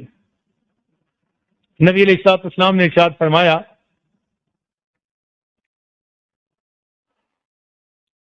کہ اس مہینہ میں ایک تو لیلۃ القدر ہے، اور ایک جب یہ مہینہ ختم ہوتا ہے تو آخری رات جس کو لیلۃ الجائزہ کہتے ہیں، جب رمضان مکمل ہوتا ہے نا تو جو رات آتی ہے اس کا فرشتوں کے ہاں نام لیلۃ الجائزہ ہے، اس میں بھی اللہ تعالیٰ مغفرت فرماتے ہیں۔ اب دیکھیے، ہر دن میں اور رات میں جہنم سے جہنمی بری ہوتے ہیں، پھر دوسرے دن بری، پھر تیسرے دن بری، پورا مہینہ اسی طرح ہوتا رہتا ہے۔ اور حدیث پاک میں آتا ہے کہ جب رمضان مبارک کا آخری دن ہوتا ہے تو جتنے پہلے رمضان سے اس دن تک جہنمی بری ہوئے تھے اتنے جہنمی اللہ تعالیٰ آخری دن میں بری فرما دیتے ہیں،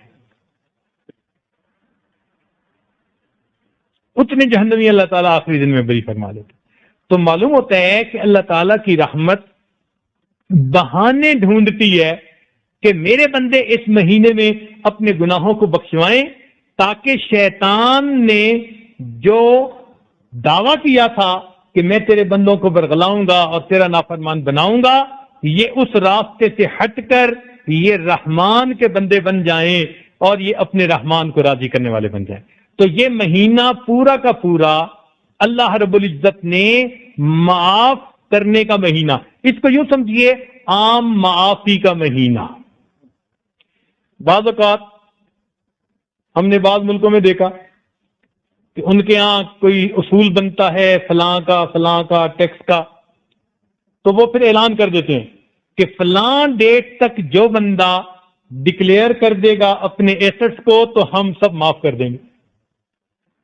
بالکل اسی طرح یوں محسوس ہوتا ہے کہ رمضان المبارک کا مہینہ اللہ رب العزت کی طرف سے بندوں کے لیے چھوٹ کا مہینہ، اے میرے بندو تم آ کے اپنے گناہوں کو تم جو ہے وہ مان لو کہ ہم سے کوتاہی ہوئی، تم اپنے ان کاموں کو ہمارے سامنے ندامت کے ساتھ کہہ دو کہ رب کریم خطا ہو گئی، اب آپ معاف فرما دیجئے، لہذا ہم پچھلا جو کچھ بھی ہوگا سارے کے اوپر قلم پھیر کر تمہارے گناہوں کی مغفرت فرما دیں۔ تو یہ عام معافی کا مہینہ ہے، اس لیے اللہ رب العزت کے محبوب اس مہینے کا انتظار کیا کرتے تھے۔ اب آپ سوچئے کہ رحمت للعالمین، سید الاولین والآخرین، سید الانبیاء اس مہینہ کے آنے کا انتظار فرمایا کرتے تھے۔ چنانچہ حدیث پاک میں دعا ہے کہ نبی علیہ السلام نے دعا مانگی، اللہم بارک لنا فی رجب و شعبان وبلغنا رمضان، اللہ رجب اور شعبان میں ہمیں برکت عطا فرما اور بخیریت ہمیں رمضان تک پہنچا۔ اور ایک حدیث پاک میں اللہ تعالیٰ نے فرمایا کہ رمضان میرا مہینہ ہے۔ تو اللہ تعالیٰ نے بخشش کو اتنا عام کر دیا ہے کہ یوں سمجھیے کہ اللہ تعالیٰ کی رحمت اپنے جو بند پر ہوتی ہے۔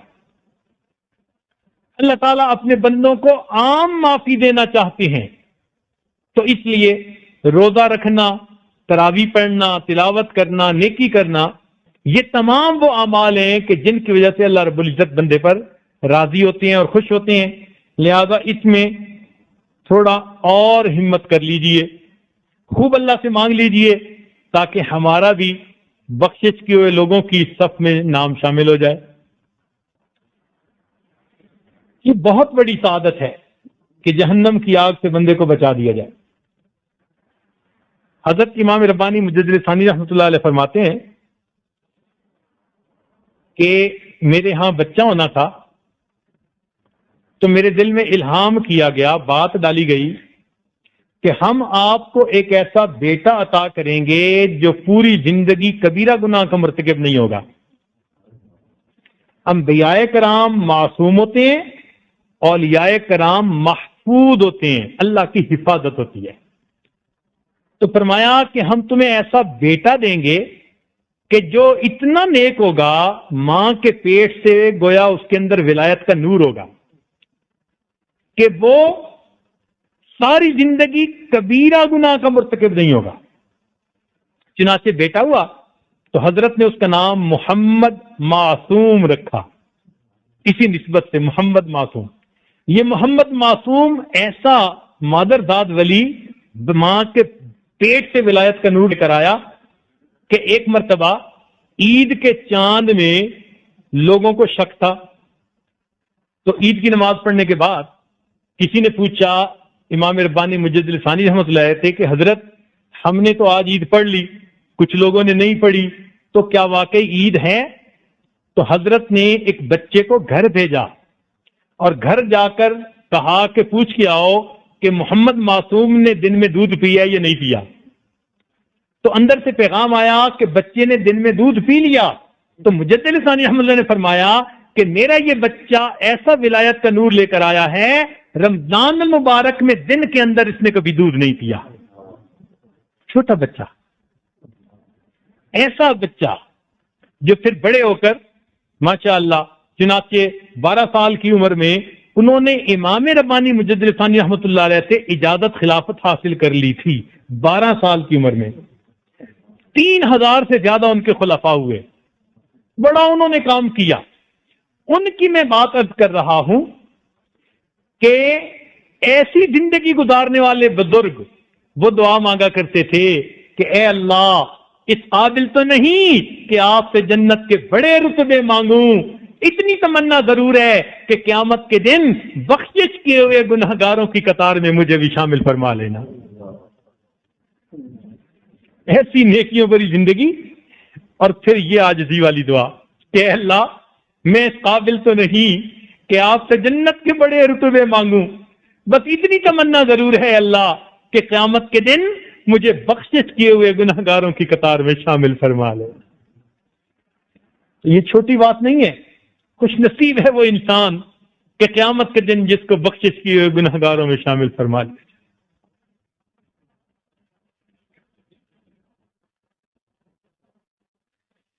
نبی علیہ الصلوۃ والسلام نے ایک موقع پر جبریل علیہ السلام نے ایک بد دعا کی، باعودہ ہلاک ہو جائے، برباد ہو جائے وہ شخص جس نے رمضان کا مہینہ پایا اور اپنی مغفرت نہ کروائی. اور نبی علیہ السلام نے اس پر آمین فرمائی. اب ایک چھوٹی سی بات عرض کرنی ہے کہ ماں کو بچے سے کتنی محبت ہوتی ہے. اگر اس کے بچے کو کوئی بد دعا دے تو ماں سن سکتی ہے؟ کبھی نہیں سن سکتی. فوراً اس بندے کو کہے گی کہ تو ہے کون میرے بچے کو بد دعا دینے والا. فوراً غصے میں آ جائے گی، میرے بیٹے کو بد دعا دے رہا ہے. تو ماں برداشت نہیں کر سکتی کہ اس کے بیٹے کو کوئی بد دعا دے. تو اب سمجھ میں یہ بات کیسے آئے کہ جبرائیل علیہ الصلوۃ والسلام نے بد دعا دی امتیوں کے لیے، برباد ہو جائے وہ شخص جس نے رمضان کا مہینہ پایا اور مغفرت نہ کروائی. اور اللہ رب العزت کے محبوب نے جو امت پر رحیم اور رؤوف ہیں انہوں نے اس بد دعا پر آمین کہہ دی.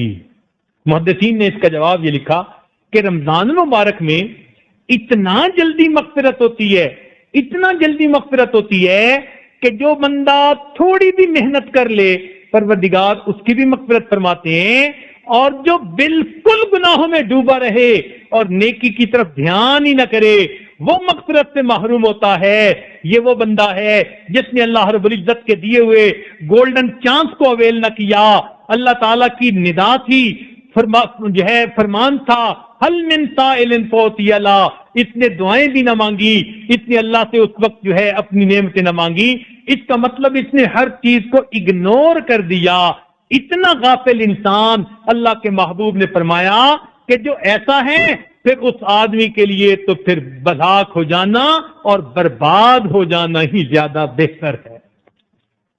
تو اس لیے اس مہینے میں ہمیں چاہیے کہ ہم اپنے گناہوں کی بخشش کے لیے اللہ تعالیٰ کے حضور ضرور مانگیں. یہ یاد رکھنا جتنا ہم مانگیں گے اللہ تعالیٰ کی رحمت اس سے زیادہ عطا کرے. کسی نے حاتم تائی سے 5 دینار مانگے تھے، حاتم تائی سے 5 دینار مانگے تھے اور حاتم طائی نے کہہ دیا تھا کہ اس کو 500 دینار دے دو. 5 دینار مانگے تھے فقیر نے اور حاتم طائی نے حکم دیا کہ 500 دینار دے دو. تو سننے والے نے پوچھا کہ مانگنے والے نے 5 دینار مانگے اور آپ نے 500 دینار دینے کا حکم دیا. تو حاتم نے کہا تھا وہ مانگنے والے کا ظرف ہے اور یہ دینے والے کا ظرف ہے. اگر دنیا کے سخی ایسے ہوتے ہیں کہ مانگنے والا 5 دینار مانگتا ہے تو 500 دے دیتے ہیں، تو معلوم ہوا کہ اگر ہم اللہ رب العزت سے مانگیں گے تو جتنا مانگیں گے پروردگار اس سے بہت زیادہ ہمیں عطا کریں گے، وہ اپنی شان کے مطابق عطا کریں گے. اس لیے جب رب کریم چاہتے ہیں کہ میرے بندے مغفرت مانگے، بخشش مانگے، جنت مانگے، جہنم سے پناہ مانگے، تو بھئی ہمیں اس موقع سے ضرور فائدہ اٹھانا چاہیے اور اپنے رب کو منانے کی کوشش کرنی چاہیے. لہذا اس اعتکاف کے دوران بہت ساری باتیں جاننے کے پیچھے نہ پڑیں. اعتکاف کے دوران بہت ساری باتیں جاننے کے پیچھے نہ پڑیں. یا مجمع میں جب آ کر بیٹھیں تو یہ نیت لے کر نہ بیٹھیں کہ جی روز نئی نئی باتوں کا پتہ چلے گا. بہت ساری باتیں جاننے کے پیچھے نہ پڑیں، جو معلوم ہے اس پر عمل کرنے کے پیچھے پڑیں. جو پتہ ہے اس کے اوپر عمل کرنے کے پیچھے کریں. ہمیں 2 باتیں ماننی پڑیں گی، ایک تو اللہ تعالیٰ سے معافی اور ایک اللہ کے بندوں سے معافی. رمضان مبارک میں بخشش نہیں ہوتی چند بندوں کی. لیلۃ القدر میں 4 بندوں کی بخشش نہیں ہوتی. چنانچہ فرمایا ایک شراب پینے والا، شرابی انسان جب تک شراب سے توبہ نہ کرے لیلۃ القدر میں بھی اس کی بخشش نہیں کی جاتی. اور دوسرا فرمایا والدین کا نافرمان، والدین کا نافرمان لیلۃ القدر میں بھی اس کی بخشش نہیں کی جاتی. اور تیسرا فرمایا قطع رحمی کرنے والا، رشتے ناطے توڑنے والا، اس کی بھی نہیں ہوتی. اور چوتھا مومن کے بارے میں دل میں کینہ رکھنے والا، دل کے اندر کینہ، لوگوں کے بارے میں نا دل کے اندر غصہ، دل کے اندر کھوٹ رکھنا، اس کو کینہ کہتے ہیں. تو اگر ہم چاہتے ہیں کہ رمضان مبارک میں ہماری مغفرت ہو تو ہمیں یہ 4 کام کرنے پڑیں گے. جو شراب پینے والے ہیں شراب سے اس کو توبہ کرنی پڑے گی، والدین سے بھی معافی مانگنی پڑے گی، رشتے ناطے جو توڑ دیتے ہیں ہم ان لوگوں سے بھی ہمیں جوڑنا پڑے گا اور دل سے کینے کو ختم کرنا پڑے گا. اب ہم کیسے کریں؟ تو اس کا آسان طریقہ سن لیجئے. مقصد تو یہی ہے نا، آسان طریقہ یہ ہے کہ آپ اگر خط لکھ سکتے ہیں تو چٹ لکھ دیں، فون کر سکتے ہیں تو فون کر دیں، اور فون کر کے یہ کہیں کہ جی رمضان مبارک کا مہینہ ہے، میں بھی مغفرت کا طلبگار ہوں، آپ بھی مغفرت کے طلبگار ہیں. اگر کوئی آپ کے حقوق میں کوتاہی ہو گئی آپ برائے مہربانی معاف کر دیجئے، اور ہم دعا کرتے ہیں کہ اللہ تعالی ہمیں معاف فرما دے. اس مضمون سے ملتا جلتا جو آپ کو مضمون اچھا لگے یہ معافی مانگنی پڑے گی. لہذا اس کا بھی اہتمام کریں کہ آپ فون کے ذریعے، مثلا خامد نے بیوی کو ستایا ہے، اس کی دل آزاری کی ہے، اس پہ ظلم کیا ہے، اس کے حقوق کو اگنور کیا ہے، تو اس سے بھی ان الفاظ کے ساتھ معافی مانگنے میں کوئی رکاوٹ نہیں ہونی چاہیے. یہ رمضان مبارک کا مہینہ ہے تو اس میں بخشش کا مہینہ ہے، تو اگر آپ کے حقوق میں کوئی مجھ سے کوتاہی ہوئی ہو تو آپ مجھے معاف کریں. اس میں غیبت کی تو بھی معاف، کوئی اور کوتاہی ہوئی سب بھی معاف. تو ان اجمالی الفاظ کے ذریعے سے معافی مانگ لینا. ہمارے اکابر اس کا بہت اہتمام کرتے تھے. رمضان مبارک میں وہ جانتے تھے کہ بندوں سے جب تک معافی نہ مانگی گئی تب تک پروردگار نے بھی معاف نہیں فرمانا. لہذا جو حضرات چٹ لکھ سکتے ہیں وہ چٹ لکھ دیں، جو فون کر سکتے ہیں وہ فون کر دیں. جہاں جہاں دل میں کھٹک ہے، میں نے اس کا دل دکھایا، اس کا دل دکھایا، اس کا دل دکھایا، اس کی غیبت کی، اس کی غیبت کی، سب کو سوچ کے آپ ان سب سے معافی مانگ لیجئے اور پھر یہ دعا کیجئے، اے اللہ ظاہر میں تو میں نے معافی مانگی ہے، اگر کسی نے دل سے معاف نہیں بھی کیا، اللہ آپ اس پر قادر ہیں کہ ان کو قیامت کے دن اتنا اجر دیں کہ وہ راضی ہو جائیں اور مجھ سے ان کا وہ بوجھ دور ہو جائے، تو اللہ تعالیٰ پھر بندے کو معاف بھی کروا دیں گے انشاءاللہ۔ ان باتوں کی پابندی کریں گے تو ان 10 دنوں کی محفلوں میں آپ اپنے دلوں کے اندر ایک نورانیت محسوس کریں گے۔ یہ دین ایسا نہیں ہے کہ جس میں کوئی شک و شبہ، یہ پکی باتیں ہیں۔ اعتکاف میں بیٹھیں، مسجد میں بیٹھیں، نیک محفلوں میں بیٹھیں اور پھر دل میں پھر نور نہ آئے تو کب آئے گا بھائی؟ اس لیے یقینی بات ہے کہ دل میں کیفیت بدلے گی۔ ایک نقطہ سمجھ لیجئے گا کہ پہلے زمانے میں مادی کرامات زیادہ ہوا کرتی تھی، پہلے زمانے میں مادی کرامات زیادہ ہوتی تھیں، جس حصی کرامات لوگ دیکھتے تھے کہ خلاف معمول کوئی چیز ہو جاتی تھی، ان کو کرامات کہا جاتا ہے۔ تو مادی کرامات زیادہ ہوتی تھی، اور آج کے دور میں اللہ رب العزت کی رحمت اتنی عام ہو گئی کہ مانوی کرامات بہت عام ہو گئی ہیں۔ مانوی کرامات کن کو کہتے ہیں؟ کہ اللہ والوں کی صحبت میں بیٹھ کر انسان کے دل کی دنیا جلدی بدل جاتی ہے۔ چنانچہ آپ کتنے لوگوں کو دیکھیں گے، کوئی اس گناہ سے توبہ کرے گا، کوئی اس گناہ سے توبہ کرے گا، کسی کی زندگی میں سنت زندہ ہو جائے گی، کسی کی زندگی میں کوئی اور سنت زندہ ہو جائے گی۔ یہ دلوں کا بدلنا یہ مانوی کرامات کہلاتی ہیں، اور یہ علامات ہیں اللہ تعالیٰ کے ہاں قبولیت کی۔ اس لیے آپ یہاں پر ان چیزوں کے طلبگار ہو کر بیٹھیں، اللہ تعالیٰ دل کی دنیا بدلیں، اتباع سنت کی توفیق عطا فرمائیں، ہمارے دلوں کو اپنی محبت سے اللہ تعالیٰ بھر دیں۔ جب ان نعمتوں کو لے کر بیٹھیں گے تو رب کریم ہمارے لیے معاملے کو آسان فرما دیں گے۔ چنانچہ ایک بات اکابر کی زندگیوں میں لکھی ہوئی ہے، وہ فرماتے تھے کہ ہم 6 مہینے رمضان المبارک کے آنے کا انتظار کیا کرتے تھے، 6 مہینے رمضان المبارک کے آنے کا انتظار کیا کرتے تھے، اور جب رمضان مبارک گزر جاتا تو رمضان میں جو اعمال کیے ان کی قبولیت کے لیے باقی 6 مہینوں میں دعائیں کیا کرتے تھے۔ 6 مہینے آنے کا انتظار، اس کی دعائیں مانگتے تھے، اور جب رمضان آ جاتا تھا تو جو اعمال کرتے تھے باقی 6 مہینے ان اعمال کی قبولیت کی دعائیں مانگا کرتے تھے۔ اللہ تعالی ہمارے آنے کو، مل بیٹھنے کو قبول فرما لے، اور اللہ تعالی ہمیں اپنی رضا نصیب فرمائے۔ چنانچہ نبی السلام نے ارشاد فرمایا کہ اللہ تعالیٰ فرماتے ہیں الصوم لی وانا اجزی بہ، روزہ میرے لیے ہے اور روزے کا بدلہ بھی میرے ذمہ ہے۔ اور بعض محدثین نے فرمایا کہ نہیں، اس کو یوں پڑھنا ہے الصوم لی وانا اجزا بہ، روزہ میرے لیے اور روزے کا بدلہ بھی میں آپ ہوں۔ تو روزے دار کو روزے کے بدلے کیا ملتا ہے؟ اپنے رب کا وصل نصیب ہوتا ہے، اپنے رب کی لقاء نصیب ہوتی ہے۔ اس لیے تو فرمایا کہ روزہ دار کے لیے 2 خوشیاں، ایک افطار کے وقت وفرحۃ عند لقاء الرحمن، اور دوسری خوشی روزہ دار کو اس دن ہوگی جب یہ رحمان کے ساتھ ملے گا کہ اللہ رب العزت راضی ہو کر اس کا استقبال فرمائیں گے۔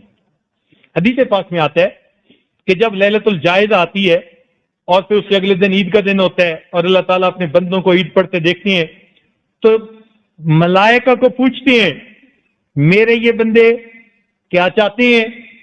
تو ملائکہ کہتے ہیں اللہ آپ کے بندوں نے آپ کے لیے روزے رکھے، اب یہ مزدور ہیں، ان کو مزدوری عطا کر دیجئے۔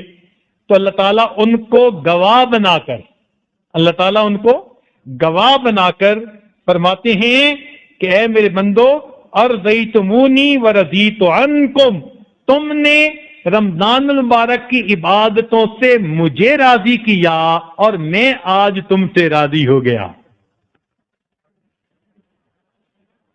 تو اب نتیجہ کیا نکلا کہ یہ رمضان مبارک کا مہینہ حقیقت میں اللہ تعالیٰ نے اپنے بندوں کو موقع دیا کہ وہ میرے ساتھ آ کر سلو کر لے۔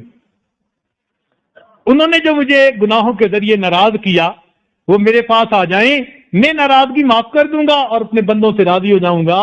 چنانچہ رمضان مبارک کے مہینے میں اللہ رب العزت فرماتے ہیں فرشتوں کو گواہ بنا کر کہ میں ان بندوں سے راضی اور یہ بندے مجھ سے راضی، آپس میں صلح کا مہینہ، اس لیے اس کو عظیم مہینہ کہا گیا۔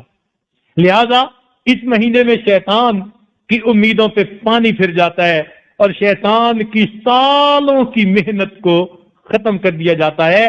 اللہ تعالیٰ اس شیطان کے پیچھے چلنے والے بندوں کو اپنی طرف کھینچ کر رحمان کے راستے پہ چلنے والے بندوں میں شامل فرما لیتے ہیں۔ دعا ہے اللہ رب العزت ہم پر بھی رحمت فرمائے اور ہم عاجز مسکینوں کو بھی اپنے بندوں میں شامل فرما لیں، اور اس مہینے کی برکتوں سے اللہ تعالیٰ ہماری امیدوں سے بڑھ کر ہمیں اجر عطا فرما دیں، اور ہماری باتیں اس قابل تو ہے نہیں بھائی کہ اللہ تعالیٰ کی شان کے مطابق ہو۔ یہ بات ذہن میں رکھنا، ہم جتنی تلاوتیں کریں، عبادتیں کریں، جو مرضی ذکر اذکار کریں، ہماری عبادتیں اللہ تعالیٰ کی شان کے مطابق نہیں ہیں۔ وہ بہت بلند ذات ہے، وہ سبحانہ و تعالی وراء الورا ثم وراء الورا ثم وراء الورا، وہ اس سے بھی بلند ہے، اس سے بھی بلند ہے، اس سے بھی بلند ہے۔ یوں ذہن میں رکھنا چاہیے۔ ہمارے مشائخ نے دیکھو عجب اور تکبر کو توڑنے کے لیے کیسی اچھی مثال دی۔ وہ فرماتے ہیں کہ جیسے کوئی بچہ اسکول جائے نا پہلے دن اور اپنی تختی کے اوپر کچھ لکیریں لگا کے آ جائے اور آ کے دکھائے ابو میں نے تختی پہ لکھائی سیکھی ہے، اب اس نے ٹیڑھا میڑھا لکھا ہوتا ہے، مگر اس کا والد اس بچے کی حوصلہ افزائی کے لیے اس کو انعام دے دیتا ہے۔ اب وہ انعام خوش خطی کا نہیں ہوتا، وہ تو پڑھی بھی نہیں جاتی، وہ انعام حوصلہ افزائی کا ہوتا ہے۔ تو میرے دوستو، ہم رمضان مبارک کی جو بھی عبادتیں کریں گے یہ اس ٹیڑھی میڑھی لکھائی کے مطابق ہیں، رد کیے جانے کے قابل ہیں، مگر مہربان پروردگار اپنے بندوں پر چونکہ مہربان ہے، لہذا اسی ٹیڑھی میڑھی لکھائی پر بندوں کی حوصلہ افزائی